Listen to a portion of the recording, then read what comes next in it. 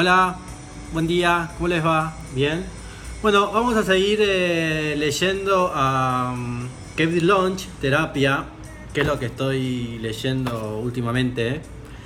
Y como sigue nombrando a Soren Kierkegaard, vamos a seguir leyendo lo que dice este libro.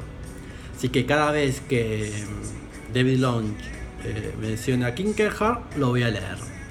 Así que voy a apoyar el libro acá, el iPhone acá, y vamos a leer lo que dice.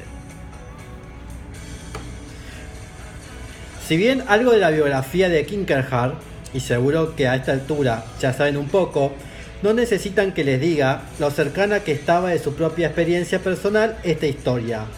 Poco después de comprometerse con Regine, empezó a sentir dudas de que pudieran ser felices juntos, a causa de su carácter. Así que rompió el compromiso, a pesar de estar enamorado de la muchacha y de que ella le correspondía y le rogaba, al igual que su futuro suegro, que no lo hiciera. Kierkegaard se fue a vivir a Berlín durante una temporada y allí escribió O lo uno o lo otro, que es una larga y tortuosa apología y explicación de su conducta dirigida a Regine. Más tarde dijo que lo había escrito para ella y que el diario de un seductor, en particular, tenía la intención de ayudarla a alejar su barca de la orilla, es decir, a cortar las amarras afectivas que aún hacía que la joven se sintiera unidas a él, haciéndole comprender que alguien capaz de crear el personaje de Johansen tenía que ser por fuerza una persona egoísta y carente de sentimientos. Podría decirse que Kierkegaard, al escribir el diario de un seductor, obraba del mismo modo que el joven sin nombre de la repetición que pretendía tener un amante. De hecho, en cuanto terminó O lo uno o lo otro, Kierkegaard se puso a escribir inmediatamente la repetición. Libro en que narra una historia similar, si bien mucho más cercana a su propia experiencia, pero se sintió anonadado de alegría al volver a Copenhague y enterarse de que Regina se había comprometido con otro hombre. Se sintió liberado y unificado, como el héroe de la repetición. Y un cuerno se siente en esa época y un cuerno se sintió destrozado. Hay una entrada en sus diarios correspondiente a esa época que no deja lugar a duda acerca de sus sentimientos. Lo más horrible que puede ocurrirle a un hombre es quedar en ridículo ante sí mismo en una cuestión de importancia primordial. Por ejemplo, descubrir que lo que constituye el núcleo y la esencia de sus sentimientos es pura basura.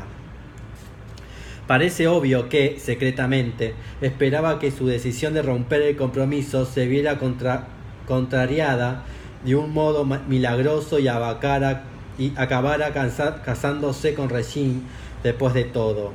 Incluso cuando navegaba hacia Alemania, camino de Berlín, escribió en su diario: a pesar de lo imprudente que resulta para mi paz espiritual, no puedo dejar de pensar en el indescriptible momento en que tal vez vuelva a ella. Esa era la repetición en la que pensaba: conseguir a Regine 2 veces, al igual que Job, sería bendecido y recibiría todo doblado. De hecho, se enteró de su nuevo compromiso cuando trabajaba en la repetición y reescribió el final. En su primera versión, el protagonista se suicida porque no soporta pensar en el dolor que ha causado a su amante. Así pues, todas aquellas frases rimbombantes acerca de la magnanimidad femenina y de la vorágine del infinito no era más que un intento de superar su decepción por el hecho de que Regina hubiera entregado su afecto a otro, un esfuerzo por ver en esto un triunfo y una vindicación de su conducta, no un reconocimiento de lo tontamente que había obrado.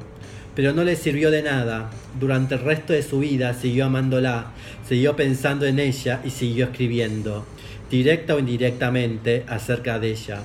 Y en su testamento le dejó todo lo que tenía. Para entonces ya no le quedaba gran cosa, pero que cuenta es la intención, que en este caso, además, resulta muy reveladora. ¡Qué gilipollas! Pero qué gilipollas más conmovedor y más absolutamente humano. La repetición es un título provocativo y enigmático, muy de la línea de Kierkegaard. Por lo general, pensamos de la repetición que lleva inherentemente el aburrimiento y la vemos como algo que debe ser evitado en lo posible, por ejemplo, las tareas repetitivas, pero en este libro es mostrada como algo fantásticamente precioso y deseable. Uno de sus significados es la recuperación de lo que parecía haberse perdido, por ejemplo, la prosperidad de Job, la fe del joven innominado en sí mismo. Pero otro de ellos es el goce de lo que tienes. Es lo mismo que vivir en el presente. Tienes la bendita certidumbre de este preciso instante. Significa haberse liberado de la maldición de la esperanza desgraciada y del recuerdo desgraciado. La esperanza es una encantadora doncella que se nos ocurre de entre los dedos. El recuerdo es una hermosa anciana, pero que no puede sernos de utilidad en este preciso momento. La repetición es una esposa amada de la que uno nunca se cansa. Así que bueno, así vienen 2 párrafos más y termina el primer gran capítulo y comienza la segunda parte. Así que bueno, para el verano en terapia de David Launch. Así que bueno, hasta luego. Chau.